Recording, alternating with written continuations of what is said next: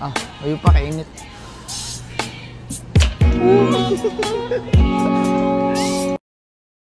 Ayaw, di ma. Yan, baka kinilig ka na naman. Pero mas nakakakilig kung magkakaroon ka ng extra income bago matapos ng taon. Paano? Madali lang. Mag-refer ka lang. Yung mga kaibigan mo, kakilala mo, kapitbahay mo, o kahit sino na baka magustuhan ang project namin na Urban Decahomes Ortigas. Rent-own ito. As low as 10,000 to 20,000 pesos, makaka-avail na ang na-refer mo.